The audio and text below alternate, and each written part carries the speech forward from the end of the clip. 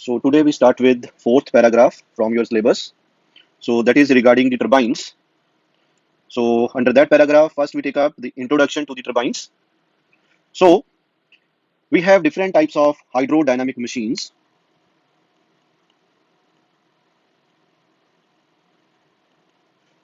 So in broad way, we can say the one type is of turbines and the second type is of pumps. Okay, so these are the two hydrodynamic machines we have. So in the turbine, you can say in turbine, the pressure energy of fluid is converted into mechanical energy. So in turbine, you can say the pressure energy is converted into mechanical energy. Okay.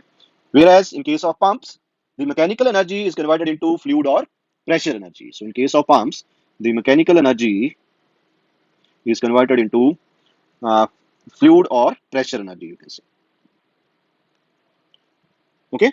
Now further, this mechanical energy that we obtained from turbines is used to generate electric power. This mechanical energy we can use to generate electric power. However, the pressure energy that we got from pumps that is used either to increase the fluid pressure to do some useful work or to raise the fluid to higher level. From lower level to higher level, if you want to raise the fluid, you can use pumps. So pumps are doing two things. One, it is used to increase the fluid pressure to do some useful work or to raise the fluid to the higher level. Okay, so these are two hydrodynamic machines, and this is the difference in turbines and pumps. Basic difference in turbine and pumps. Now next is different components. So the turbines are normally we have in hydrodynamic plants, sorry, in hydropower plants. So next we have the components of hydropower plant. So these components are categorized into five. The first is the water reservoir. The second is headworks. The third is waterways. Fourth is foreways, or you have surge tank. And fifth one is powerhouse and tailways. Okay, so these are the five main components of hydropower plant. Now, if I draw the basic diagram for hydropower plant, now say we have this hill. Okay, so here we have one a natural reservoir for water. This is the reservoir. Okay, this is hill. Okay, so here we have the powerhouse.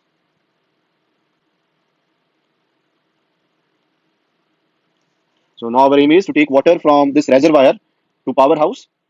So first we have this pipeline. Okay, so here we use one tank, and we have another pipeline over here. So that takes water from this reservoir to powerhouse. This is the water. Okay, so in powerhouse we have different turbines. So water after striking the turbine that goes to the tailways. This is the tailways.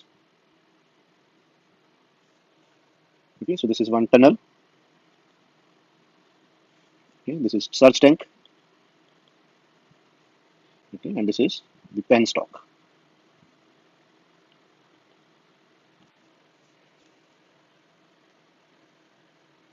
Okay, so first component is the water reservoir. Okay, now this water reservoir is of two types. Either it is natural or it may be artificial. Okay, so natural reservoir can be found in high mountains. So from there, we have to brought water down to the powerhouse through tunnels and different attachments of pipelines. Okay, so however, in artificial reservoir, so the artificial reservoir that we make with the help of dams, that we construct the dam, and in that dam we store the water. Now the dam is one concrete structure. Okay, so here instead of this natural reservoir, we have one concrete structure that we call as dam, and dam is used as a reservoir that we call as artificial reservoir. Then the next component of hydropower plant is headworks. Now the headworks are the equipment used to control the flow of water into the waterways on the headrace side. Now this side of this hydropower plant that we call as headrace. Okay, and the bottom part we call as the tailrace. So the headworks are the equipments. Okay, these are the equipments used to control flow. Okay, flow of water into waterways. Okay, that is on headrace side. Okay, so this consists of now this whole system to control this flow of water. We have number of equipments. So those equipments with which we can control the water flow, that are the one is different types of gates. Okay, the gates may be the plain sliding gates or roller gates or wheel gates. We have different types of gates. The first component, the first headwork is the gates. Okay, the second thing is walls. So different types of walls we used, like butterfly walls, needle walls. Okay, and third thing in headworks is the fish traps. Okay, and trash racks. So these are one type of nets. So that is used to keep away the fish and the debris, okay, from going into the waterways. So fish traps and trash racks, these are one type of net we have. Okay, so these are either made from some plastic or made from steel bars. Okay, now another thing we have in headrace is the heaters. Okay, so normally in cold countries, so in the reservoir where you have water, so that is in the form of ice. So to melt that ice, we use heaters so that there is a proper flow of water into the waterways. Okay, so the another component is the heaters. So these four components comes under headworks. Then we have the waterways. Okay, now the waterways are these are the passages through which water is brought from reservoir to the powerhouse. So waterways, you can say these are the passage, okay, through which the water is brought from headrace to powerhouse. Okay, so this tunnel or this penstock. Okay, these are under waterways. So if the length between reservoir and powerhouse is large and it is through the hilly areas, then we form some tunnels over there. Okay, or if the distance between headrace or this reservoir and powerhouse is less, then we can directly connect these two with the help of penstock also. Okay, now this penstock is again one type of piping arrangement, so that we can made either from steel or from concrete depending upon the length of the pipes. Okay, and depending upon the size. Okay, so that is the penstock. So in waterways, you have this tunnel and this penstock. So that is waterways. Now in four ways, we have this surge tank. So this surge tank is our four-way. Okay. Now this is a just small water storage. This is a small water storage to meet the demand of load fluctuation. Okay. So as at daytime, so less power consumption is there. So we need less amount of water to generate electricity.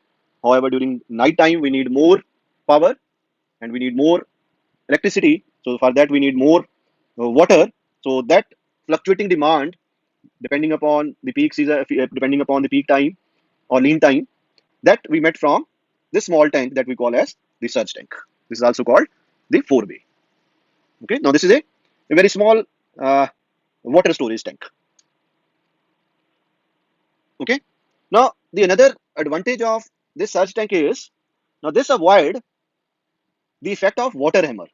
This is the one function of surge tank. The another thing is it avoid the effect of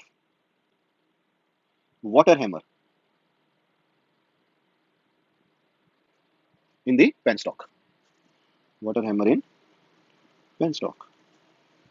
Now what is this water hammer is now? Now what happens in case of long pipes? Okay. In case of long pipes, when we close the valve suddenly,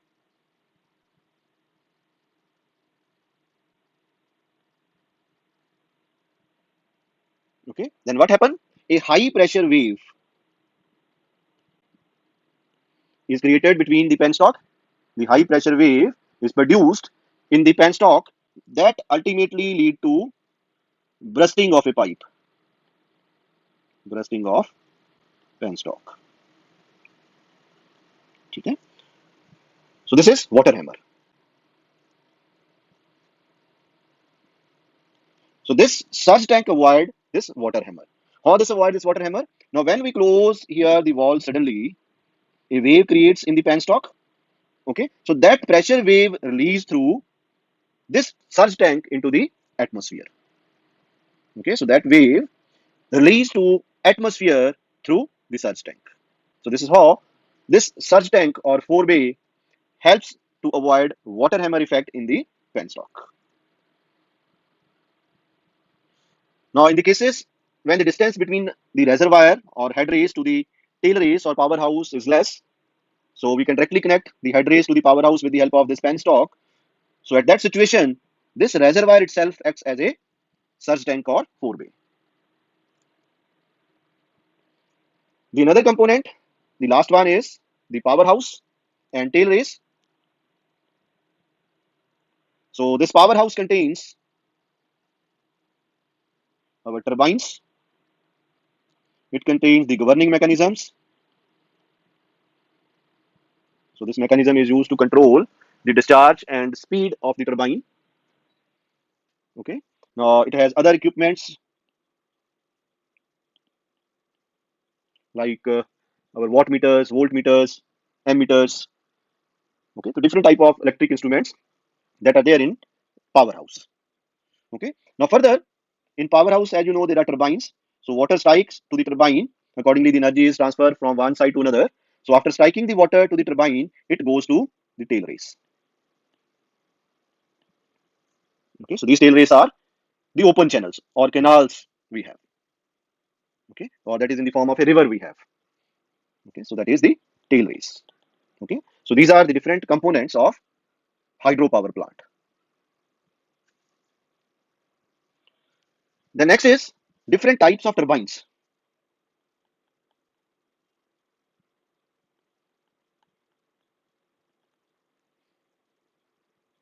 Now the turbines are classified on the basis of number one, head and quantity of water available.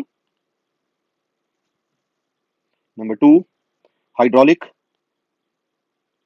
action of water. Number three, direction of flow of water. Number four, position of shaft of the runner. And the last one is specific speed. Okay, specific speed of the turbine. So on these five factors, we can classify the turbines. So now we take first one on the basis of head and quantity of water available. Okay, so on the basis of this factor, we have three different types of turbines. One is high head, high head turbines. Okay, second are the medium head turbines, and third are the low head turbines. Okay, so for high head, if the working head available is more than 250 meters.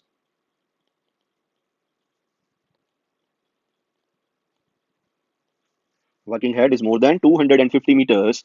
So that turbine used over there are called high head turbine. Now this working head means the level of reservoir.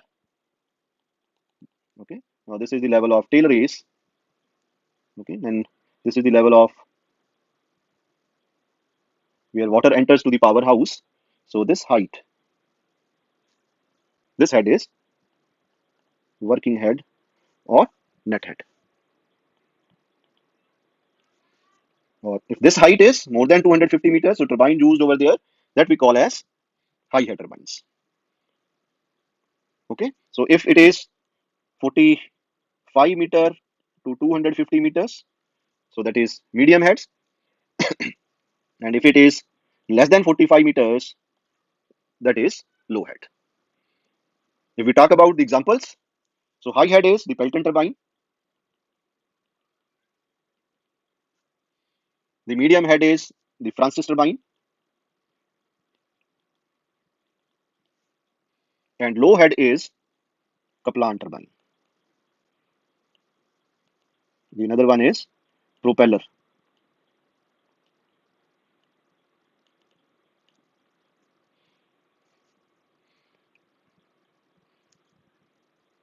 Okay. Now, when head available is high, the quantity of water required to produce power is low. So here Q is low. The amount discharge, the amount of water required, the amount of discharge required is low. So here Q is medium and here Q is high.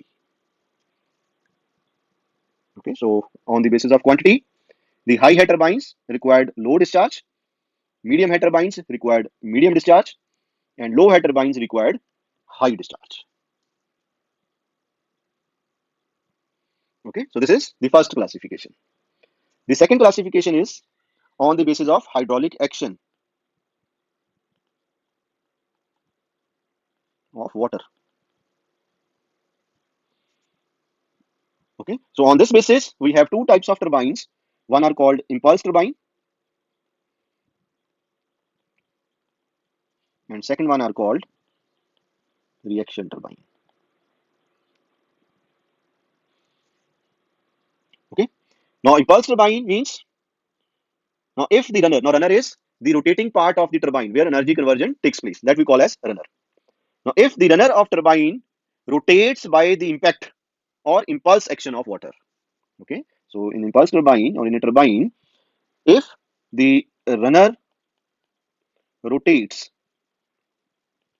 by the impact or impulse action of water, so that type of turbine we call as the impulse turbine. Okay, now say for example we have this wheel. Okay, so simply if I draw, these are some plates mounted on this wheel.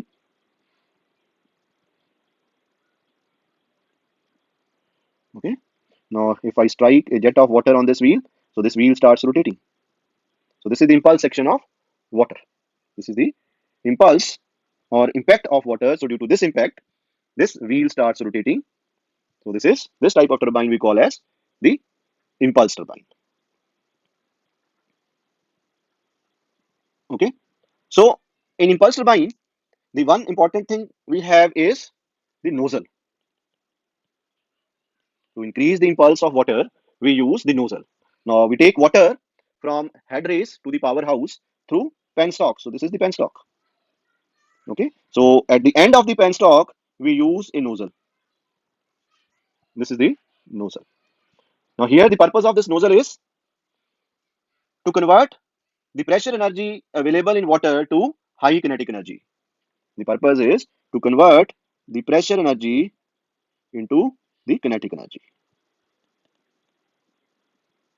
Now the advantage is to increase the impact or impulse of water. This helps in increase in the impact or impulse of the water. Okay. Now in case of impulse turbine, the another thing is there is no pressure difference. between the inlet and outlet of the runner. Okay, so you can see here the jet strikes at the surrounding atmospheric pressure, and it also leaves after striking, it goes down and move to the tail race. Again, that is in contact with the atmospheric pressure. Okay. Now here the another thing is the runner is not full with water. Okay. Only this part where water strikes having the water in the impulse turbine. Okay. Now the example of this impulse turbine is the Pelton turbine.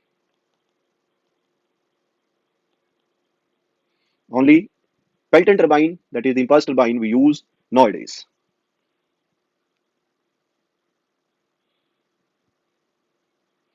Now the another type is the reaction turbine.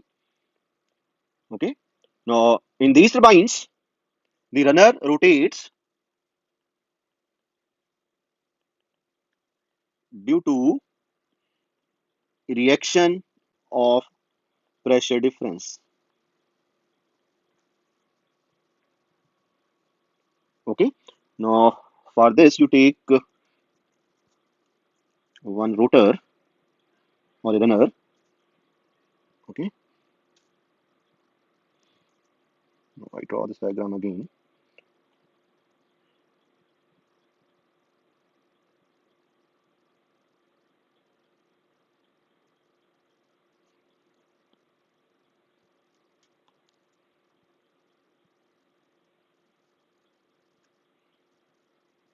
So this is my shaft. Okay. So here we have some passage to water enters through this rotor.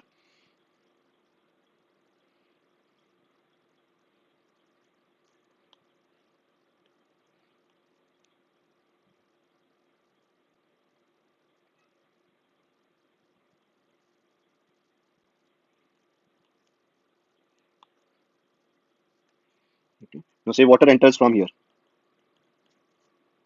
Okay. So water comes here. Okay. And goes in the surrounding. Okay. Then it enters to the passage. Now here what happens?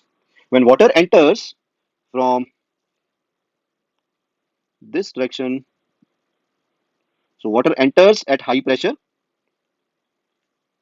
Okay. And due to the passage, its pressure decreases, its velocity increases, however, its pressure decreases. This is the low pressure side.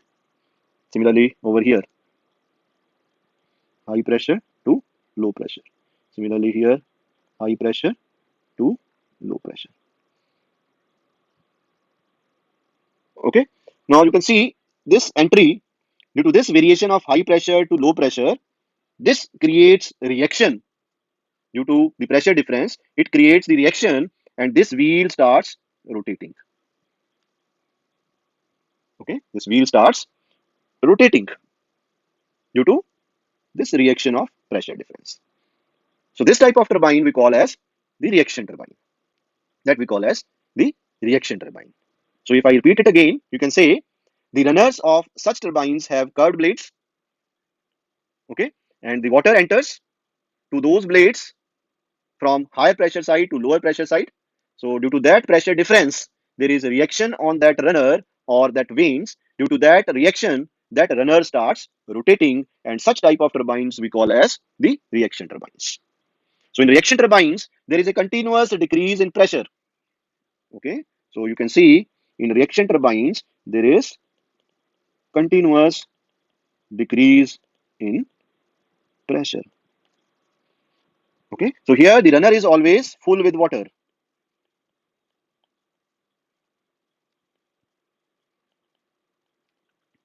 Okay, so to keep this pressure difference high to low, so now we have to separate this runner from the atmosphere. Okay, so that separation is done by enclosing this runner in a special type of casing. Now we enclose this runner in a special type of casing. So here casing do a very important function, okay, that we call as the hydraulic function of the casing. Now this casing keeps the turbine runner isolate from the atmospheric pressure. It isolate the turbine runner from the atmospheric pressure, or from the atmosphere, you can say. Okay. So here, in this case, in case of impulse turbine, the casing has not do any hydraulic function because there is no pressure difference from inlet to outlet side. Okay. So here, in case of impulse turbine, the casing does not perform any hydraulic function. However, the casing has importance in case of reaction turbines. Okay. So these are the two turbines on the basis of hydraulic action of water. If we talk about the examples, the reaction turbines we have, the example is the Francis turbine. Okay. The example is the Kaplan turbine, propeller turbine. Okay. So these all are the reaction turbines. Okay. The next classification is on the basis of direction of flow of water. So on this basis, we have tangential flow turbines. Okay. We have radial flow turbines. Okay. We have axial flow. Okay. And we have mixed flow turbines. So these are the four types of turbines on the basis of direction of flow of water in the runner. Now, tangential flow means when the flow is tangential to the runner.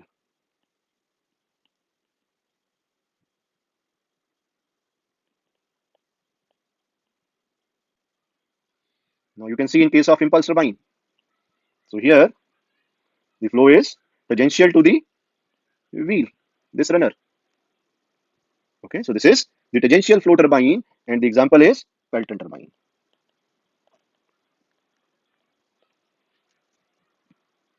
Okay, now in radial flow turbine, the radial flow turbine, we have say this runner. Okay, and water flows. Now this is the shaft of the turbine. Okay, the water flows in this direction. This is the purely radial direction. Okay, so in radial flow, you can say the path of flow of water remains radial direction to the runner. The flow is radial to the runner. Okay, now in the present time, we have no pure radial flow turbine. The another one is the axial flow turbine, means the flow is axial to the runner. Okay, the example is Kaplan turbine, okay, or propeller turbine.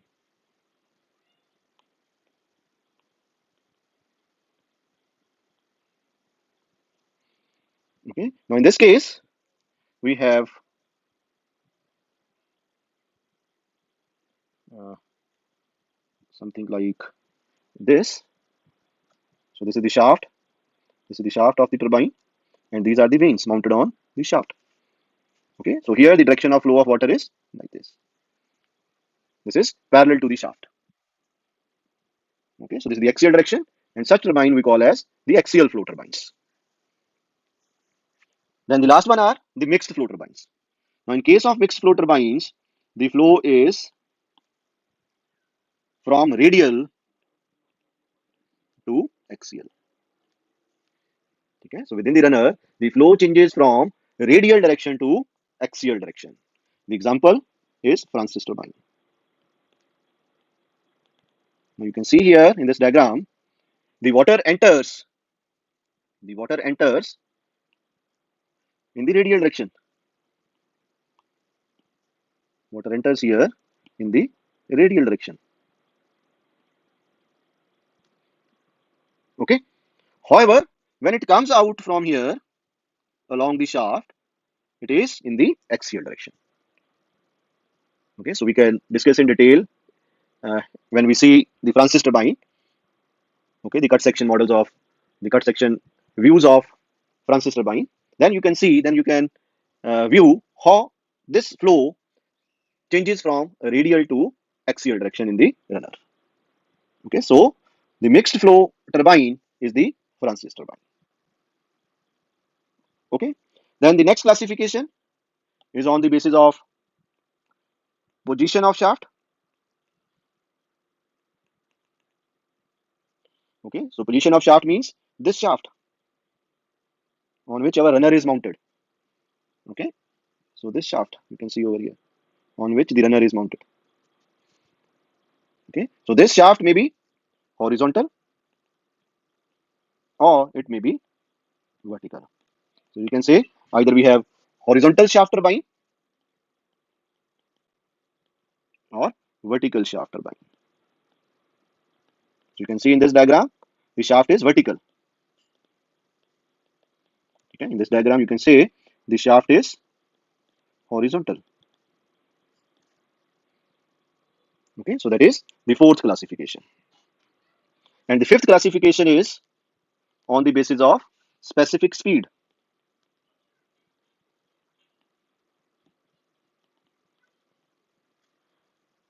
Okay, now I define the specific speed. Now, specific speed of a turbine is defined as the speed of a geometrically similar turbine which produces a unit power when working under a unit head. Okay, now its meaning is, now say you have this actual turbine. Okay, now this actual turbine working under head H and producing some power, say P. Okay, now we manufactured its one model.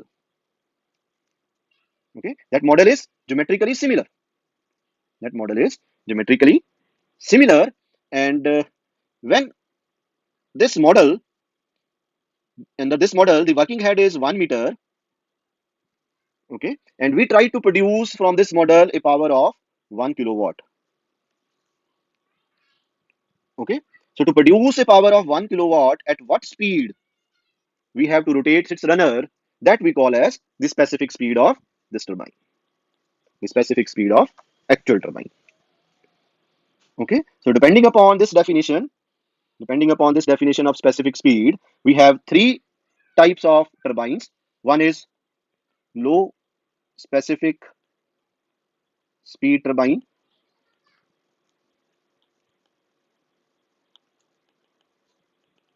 Okay, then medium specific speed turbine, and then high specific speed turbines. Okay, now this range is, now this is up to 50. Okay, this is 50 to 250, and this is 250 and above. Okay, the examples are, this is Pelton turbine. Okay, this is for Francis, and this is for Kaplan and propeller turbine. Okay, now again you can see in Pelton turbine, the turbine may be with single nozzle or with multiple nozzle. Okay, so for single nozzle, this range is up to 30, and 30 to 50 we have for multiple nozzles. Now multiple nozzles means these nozzles. So this is for single nozzle. If you have multiple nozzle, say you are one more penstock, so your water strikes over here.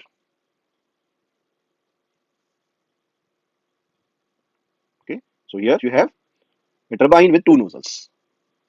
Okay, that is multiple nozzles, and its specific speed is from 30 to 50. Okay, so these are the different types of turbines we have. Okay, so now I stop here. Thank you.